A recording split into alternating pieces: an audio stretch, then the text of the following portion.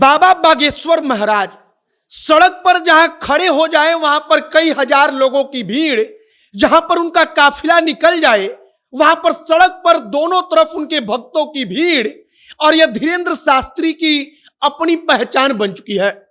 अब धीरेन्द्र शास्त्री के पटना दौरे को लेकर कहा जा रहा है कि जो बिहार में हिंदू विरोधी सरकार है वह चाहती नहीं कि धीरेन्द्र शास्त्री जैसा हिंदू संत आकर पटना में कथा कह सके।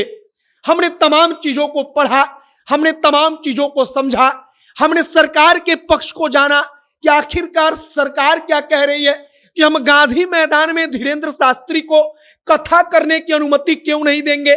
गांधी मैदान क्यों धीरेन्द्र शास्त्री को नहीं दिया गया कि वो वहां पर कथा कह पाए।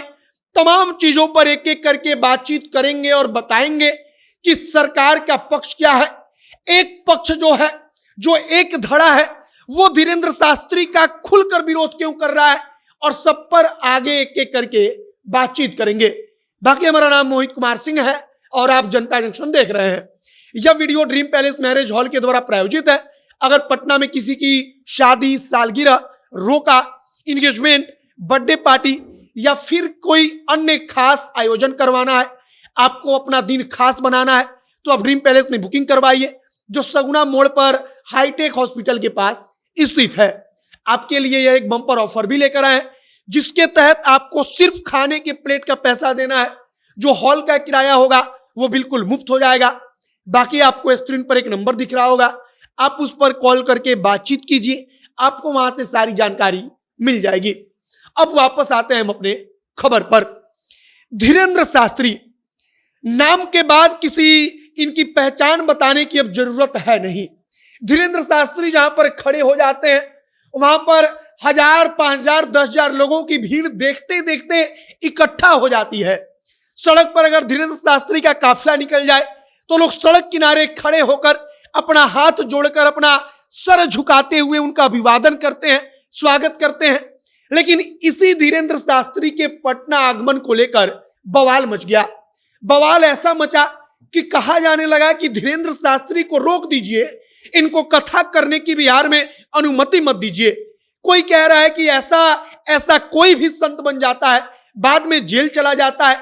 और अब गांधी मैदान में बागेश्वर बाबा जो महाराज हैं, इनको कथा करने की अनुमति नहीं दी गई।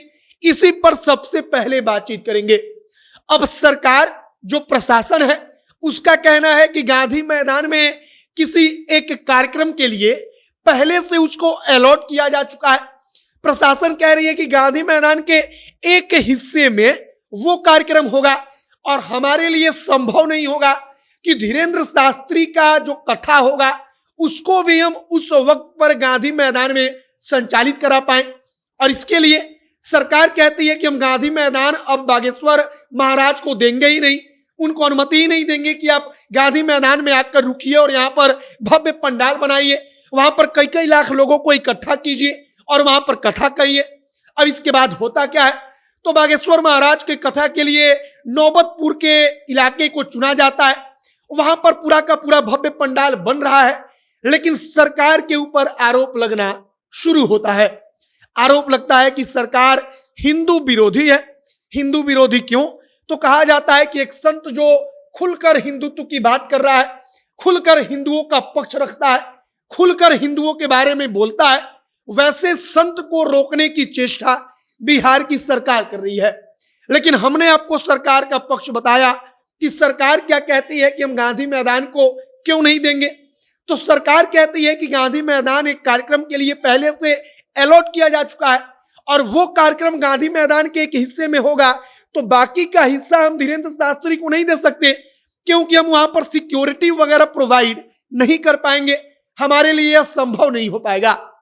लेकिन बागेश्वर महाराज का कार्यक्रम पटना में हो रहा है, लेकिन गांधी मैदान में नहीं हो रहा है, और इसी बात को लेकर पूरा हंगामा मचता है। अब आइए कि बागेश्वर महाराज को लेकर बिहार में जो सत्ता पक्ष के बड़े बड़े नाम हैं वो क्या कह रहे हैं। तो कोई कह रहा है कि अगर धीरेन्द्र शास्त्री पटना में आ गए, हिंदू मुसलमान अगर करने लगे तो उनको घेर लेंगे, उनका घेराव करेंगे। कोई बड़ा चेहरा आकर कह रहा है कि ऐसे ऐसे कोई भी संत बन जाते हैं बाद में जेल चले जाते हैं और इन्हीं तमाम चीजों को लेकर घमासान मचा है। भाजपा के नेता कह रहे हैं कि अगर हिम्मत है तो धीरेन्द्र शास्त्री को रोक कर घेर कर आप दिखा दीजिएगा। बाकी अब आगे देखिए कि और क्या कुछ होता है। आगे जो भी नई जानकारी, जो भी और नया अपडेट आएगा, सब कुछ हम आप तक पहुंचाएंगे। तमाम खबरों के लिए आप हमारे साथ बने रहिएगा। वीडियो वहीं पर समाप्त करते हैं। कैमरे से विशाल खड़े हैं और मैं मोहित कुमार सिंह। बहुत बहुत धन्यवाद।